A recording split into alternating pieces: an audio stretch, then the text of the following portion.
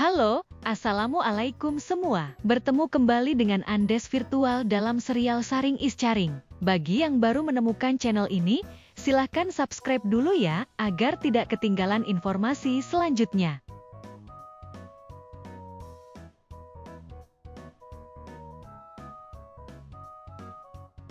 Kali ini kita akan berbagi tentang bagaimana sebuah perusahaan menghitung dan membayar gaji karyawannya. Bagi sebagian besar kita yang bekerja, selalu menantikan gajian dan waktu tersebut adalah waktu yang ditunggu-tunggu. Namun tahukah kamu, bagaimana proses perusahaan menghitung dan membayar gaji sampai ditransfer ke rekening pribadimu? Yuk kita simak video ini sampai tuntas. Dalam sebuah perusahaan besar, selalu ada payroll team yang bertugas untuk menghitung dan membayar gaji karyawan tepat waktu setiap bulan. Payroll team merupakan bagian dari HR departemen. Perhitungan gaji karyawan dimulai dari awal bulan sampai dengan batas akhir cut-off dalam bulan berjalan. Misalnya, batas akhir atau cut-off di perusahaan adalah tanggal 25, maka perhitungan awal gaji dimulai di tanggal 26 bulan sebelumnya, sampai dengan tanggal 25 bulan berjalan.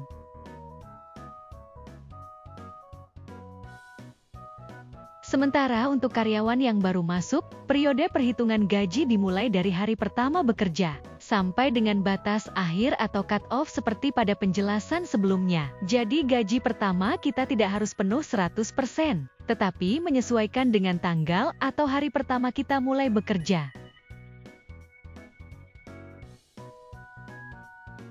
Setelah sistem payroll selesai menghitung gaji seluruh karyawan, maka selanjutnya gaji akan ditransfer ke rekening masing-masing mulai 5-7 hari setelah masa cut-off.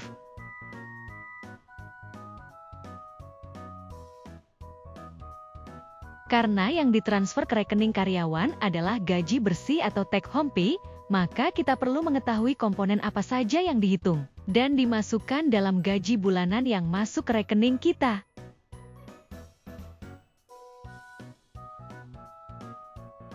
Pada dasarnya komponen utama gaji berupa pendapatan dan potongan. Pendapatan terdiri dari gaji pokok, tunjangan seperti tunjangan transport, tunjangan jabatan, tunjangan makan dan lain-lain, ditambah lembur dan bonus jika ada. Sementara potongan berupa potongan pajak PPA 21, BPJS Kesehatan, BPJS Ketenagakerjaan dan absensi.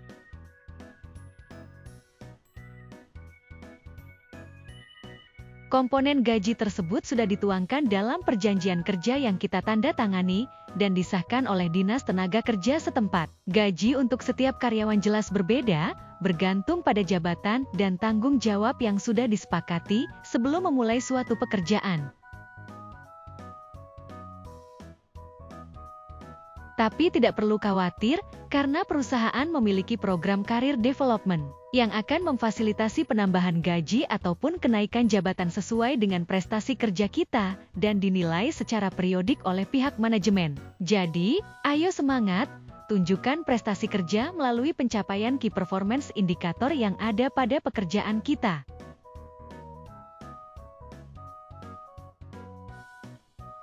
Lalu bagaimana perusahaan menghitung, memotong, mentransfer gaji kita setiap bulannya? Pada komponen gaji pokok tidak ada masalah karena jumlahnya tetap sama setiap bulannya, kecuali ada promosi kenaikan gaji. Masalah selalu ada pada komponen tunjangan, lembur dan potongan. Misalnya tunjangan kehadiran akan secara otomatis terhapus dari komponen gaji jika dalam rentang waktu 1 bulan ada ketidakhadiran bekerja. Hal ini selalu menimbulkan pertanyaan di pihak karyawan karena kurang memahami komponen tunjangan tetap dan tunjangan tidak tetap.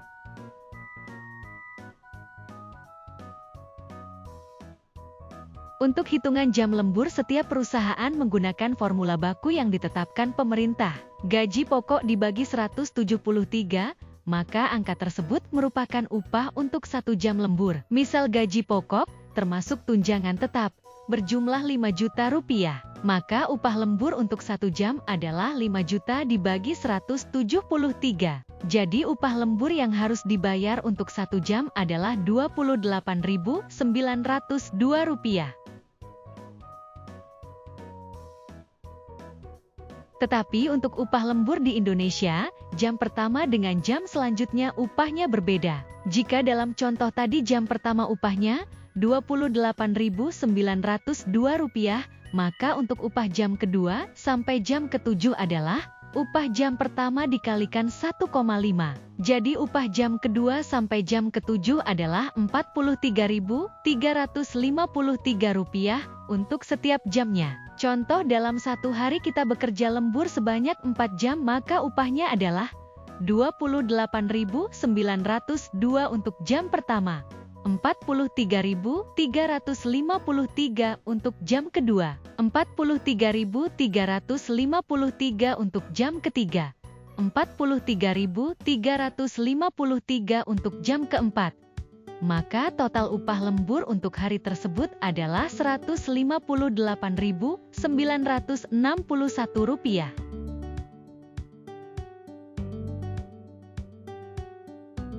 Untuk komponen income tax, PPA 21, besaran potongannya sesuai aturan pemerintah yakni paling rendah 5% dan paling tinggi 30% tergantung pada jumlah penghasilan masing-masing. Dalam istilah pajaknya disebut sebagai PTKP atau penghasilan tidak kena pajak.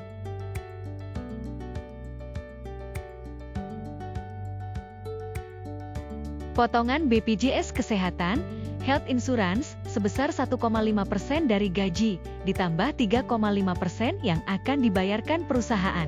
Untuk potongan BPJS Ketenagakerjaan, Social Insurance, dibagi menjadi beberapa subkomponen yakni asuransi kecelakaan kerja, asuransi kematian, jaminan hari tua dan jaminan pensiun yang jumlah totalnya mencapai 5%. Perlu dipahami bahwa potongan BPJS Ketenagakerjaan atau Social Insurance ini bisa kita klaim setelah kita berhenti bekerja ataupun pensiun.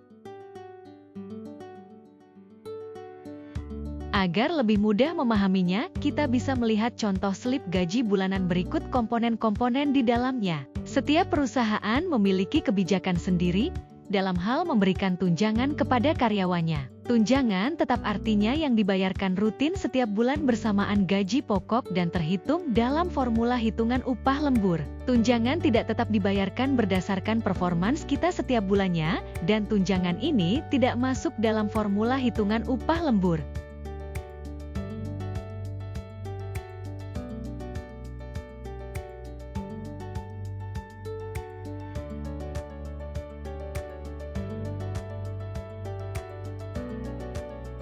Dengan banyaknya komponen yang harus dihitung, dipotong, dan akhirnya ditransfer ke rekening setiap karyawan dengan jumlah ribuan, maka payroll team membutuhkan waktu 5-7 hari dari masa cut-off untuk mentransfer ke rekening kita. Meski sudah dibantu dengan software yang kekinian, tetapi tetap membutuhkan waktu untuk meminimalisir kesalahan dalam pembayaran gaji.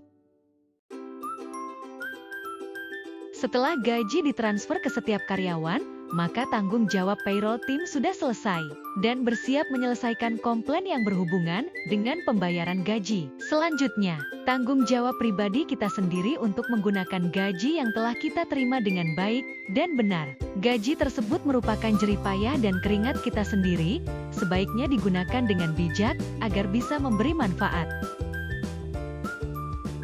Komponen gaji di setiap perusahaan berbeda, dan setiap perusahaan memiliki kebijakan welfare-nya sendiri.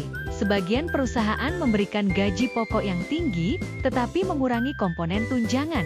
Hal ini memberi keuntungan pada karyawan, karena ketika momen hari raya tiba mereka bisa menerima tunjangan hari raya dengan jumlah yang besar. Sebagian lagi memberikan gaji pokok yang tidak terlalu besar, tetapi memberikan banyak tunjangan dalam komponen gaji yang semua bisa diterima karyawan setiap bulan berdasarkan performance mereka.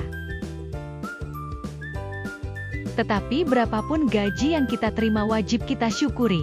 Seberapa bagus kita mengontrol keinginan akan mempengaruhi seberapa besar tabungan yang kita miliki. Tidak bisa mengontrol keinginan, maka seberapapun penghasilan tidak akan cukup karena sejatinya bekerja dan memperoleh penghasilan adalah jalan untuk menuju kesuksesan. Tetap semangat pada kaum pekerja dan yang baru memulai pekerjaan, semoga bisa menjadi referensi dalam memilih pekerjaan.